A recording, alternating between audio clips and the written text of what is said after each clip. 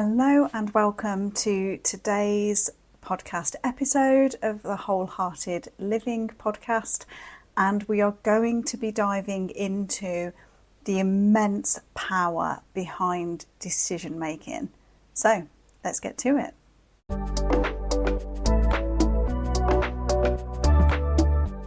So I want to introduce you to the knowledge, if you like, that decisions are incredibly powerful. And by that I mean we have likely had some experience in our life whereby we've made a decision really quickly. We've just known in that moment that that's what we want to do, or that's what needs to happen, and we just make it happen, right? That's the decision, that's what happens. And then we've no doubt got other experiences in life whereby we seem to agonise and procrastinate over making a decision, and we seem to be weighing up lots and lots of different things, and we seem to get stuck in that listening to the many voices that can be going on in our head, that we then get lost and we're not sure which bit we should be listening to, and so then we end up either not making a decision, or it gets to the point where like the decision gets made for us, or something inevitably just tips it one way or the other. Now, if you've got the experience of both of those, stepping in fully and making a decision feels so much better than agonising and seemingly weighing up all of these different ways of making a decision. So I want to talk you through a way to almost bypass this, and to kind of make this system so much easier. So if you haven't listened to the podcast episode yet, I think it's episode 4, all about change. I'll put the link in this description. We go in depth into how we have like our human self, which I equate to our like very primal brain, and then we have this higher self. So we have access to all these higher faculties, your imagination, your creativity, and that's the bit that's also connected to your subconscious, like all these amazing bits of information that we can process subconsciously, but our conscious brain doesn't have the capacity to cope with in that moment. So there's always like these two parts of ourselves, and that's the bit that we can get stuck in when it comes to decision making. So let's ground this in an example. Let's say you feel ready for a change in your life. You have this really deep inner knowing that what you'd really like to do is leave your job and be able to work for yourself. Okay, so say that is a desire that you have, that's a dream that you have inside. And when you think about that, okay, it might feel a little bit scary, but it feels very expansive. So feeling that expansion alongside, a little bit of fear, feeling a little bit scared by that idea, is generally a pretty good sign that that's something coming from your higher self. That's, that can see the bigger picture, that is holding that bigger version for yourself and your life. So at that point, we can decide that that's enough. That, as knowing that, as having that dream and desire, can be the sign that we recognise that that's meant for us, because it's an idea that's been given to us, if you like. And so therefore, we then get to decide that, I might not know how that happens at the moment. I might not have all of the details, but I can trust that this dream, this desire that I feel within me now is meant for me. Okay, I think this is, I'll do a whole other podcast episode on our dreams and desires, because it's really important to note as we go along this journey that if you have a true heartfelt desire for something, it's meant for you. Like it's there for you. We all have different dreams and desires. It's why it's really important to find what is unique for you, because someone else's dream and desire might be fulfilling for them, but it's not going to be for you. So you don't want to be following their path. So if for the sake of decision making, we acknowledge that having that dream and desire, albeit that at this stage you don't know the how, you don't know the details, and it feels a little bit scary, we make the decision that having that dream and that desire is enough of a reason to make the decision that that's what we're going to go for. Because something really, really powerful happens in the body and the mind when we make a decision. I almost imagine this to be like we draw a line in the sand that goes, well, this is what I am now declaring out into the universe. This is what I am going to align my actions towards. And we almost draw that line in the sand that says, yeah, this is where I'm at. This is where I'm going to go. And so the making a decision is like your declaration to yourself and to the universe that you mean business, and that everything now needs to start working in alignment towards that decision. So in the case of desiring to leave your job in order to set up your own business, for example, you make the decision that that's what's going to happen. And so then you begin to align your actions towards that. You follow those intuitive nudges, those gut instincts about maybe a person that you've not thought about for years, suddenly you think about, and you give them a call, and that opens up a whole opportunity that you didn't know about before. Maybe you get prompted to read something different or to research something different, and that opens up opportunities. And so then you begin to see how the pathway begins to open up, but you have to make the decision first. Because the other alternative is you have that desire to leave your job and to set up your own business, for example, and immediately your human brain that is risk averse gives you every possible reason and excuse as to why that's not possible. Okay, it's looking back into the past, and it's got no evidence that you've ever done this before, so therefore there's no evidence that it's going to work. It's going into the unknown, and it means taking a risk, and it doesn't like that. So therefore, it's going to throw up everything that is going to try and stop you.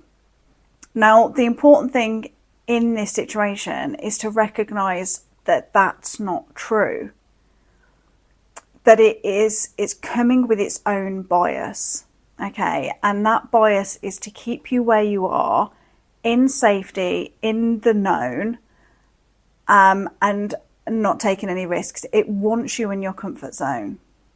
So if we get caught up for too long listening to that part of us, it can end up almost like stealing all of the energy out of the dream and the desire.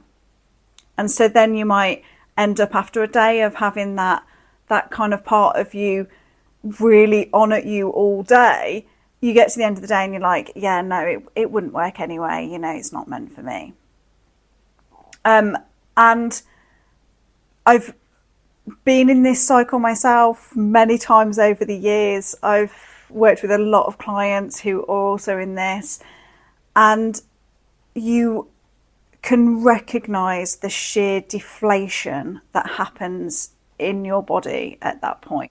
You know, where that initial spark of that dream and desire, albeit it feels a bit scary, it feels exciting, like you can almost lean into the expansion that would give you. Okay, that feels, exciting, and you feel like you're literally, you know, taking a deeper breath and you feel that expansion. What happens when we get caught up listening too much to our very human brain is that we can feel the deflation of that. We feel the shrink that doesn't feel good to our system deep down. So, okay, it keeps us in the known and it keeps us where we are. We know deep down that that's not going to give us the fulfillment and the expansion that we're seeking here. So the way that I navigate, the way that I teach others to navigate this cycle is we want to be really careful to not demonize parts of ourselves. Okay, we are here in a human experience. We're not here to become so spiritually aware and so enlightened that we are somehow negating our very physical human experience. I don't believe that is what we're aiming for here. We want to be very much in our human experience of this world. We just want to navigate it in a way that doesn't that stops us moving forward. So we're not here to place criticism and judgment on our human self at this moment. I talk about this in another podcast episode where I very much use this as an opportunity to allow my higher self, that one that's holding the vision, the one that has access to all the information of how this dream and this desire is going to work, I allow that part of myself to almost come alongside my very human self that is freaking out at the thought of change that it can't see at the moment. And I imagine it takes it by the hand and it walks it through a really nice field or a really nice forest, and it reassures it that it's okay, that it can see something that the human self can't see right now, and that it can trust it. Okay, so that's the way that I want you to work with this. So, you know, the human self, it's trying to protect you, it's trying to keep you in the known, like it's doing its best. It's just there is that natural disconnect between what it can see and what your higher self can see. And to give you a visual of this, I often imagine that human self walking through the trees in a really dense forest. Okay, so it can just about see the track in front of it, and it can see hardly anything of the sky and is surrounded by the trees.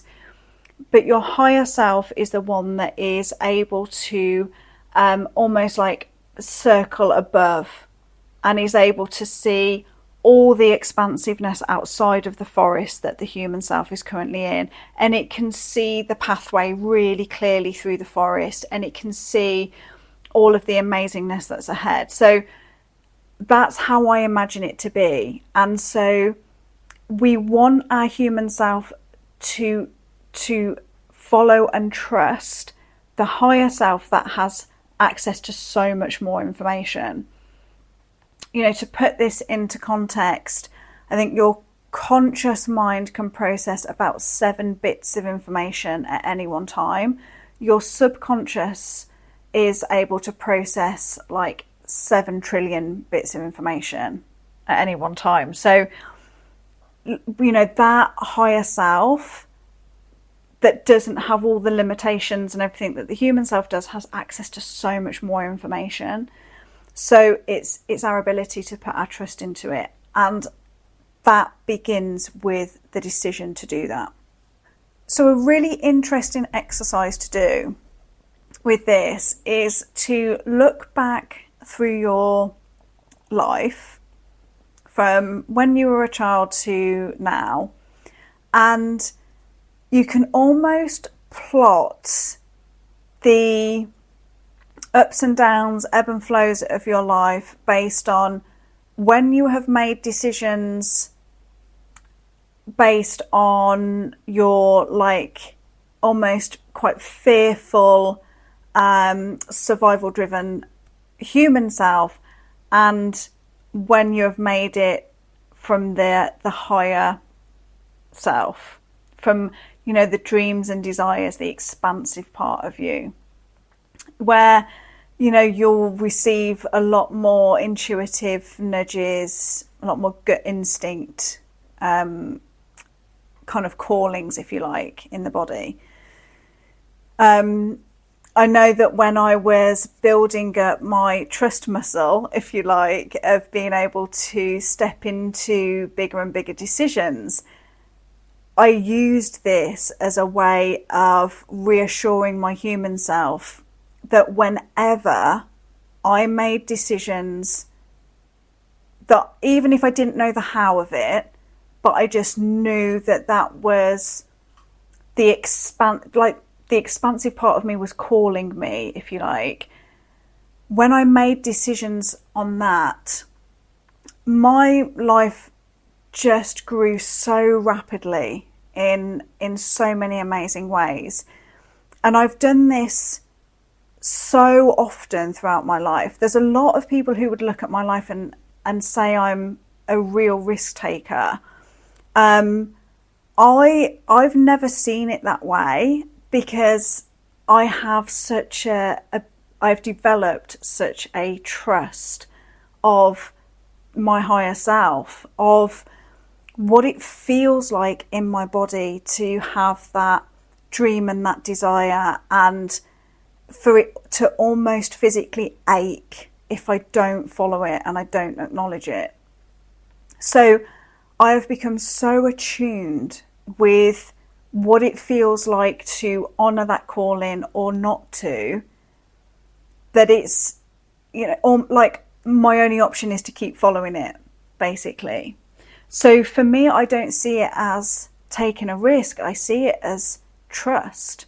I see it as making a decision to follow my higher self rather than my human self, because I understand how those two parts of me work. And so I know that if I follow my human self, it will be more of the same, because that's what it wants.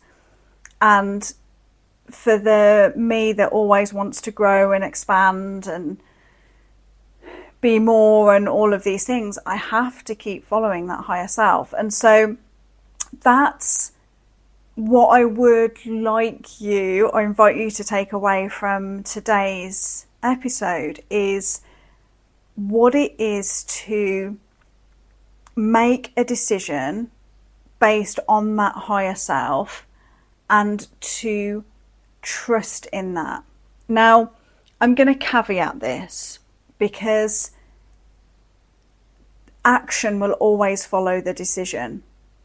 So it's not enough to sit where you are right now and, let's go back to the example of leaving a job and starting a business and declaring that, and then nothing in your life changing. You take no steps at all towards making your dream happen. We're talking here about making the decision that then aligns you to that higher self so that it can provide you with those chance encounters, intuitive nudges, gut instincts about certain things, so that you can follow the path and you have to take action. You won't be able to build up the trust in your higher self if you don't take the action. It can't do the thing for you. It's like the analogy of, you can take the horse to water, but you can't make it drink. Your higher self there is to guide you. It is there providing you with probably more prompts than you could ever realize in a day. But if you're not looking out for them, if you're not honoring what that is in your body, knowing what intuition feels like, for example, in your body, if you're not then taking that action, it can't make it all happen for you. So this is my invitation to you today, is to look at your own decision making, see where you get caught up, and for almost do that that life story, I guess, life chart of how it's worked for you in terms of decisions in your life. And if you can track what has been your human self decisions and what has been your higher self decisions, and what it is for you to build up the trust in the higher self. Being able to feel a dream and desire and go for that. And if you're listening to this now and you're thinking, I don't even have a clue of what that dream and desire is, then stay tuned. Make sure you're subscribed to the podcast, because we're going to do that exploration in a future episode. So don't worry about that bit right now. Let's do the life audit and see where you're at in terms of how and what basis you use to make decisions. So as always, I love to hear from you. What were your takeaways from this episode? How does this resonate for you? And I will be back very soon with some more wholehearted living tools and techniques for you. Bye for now.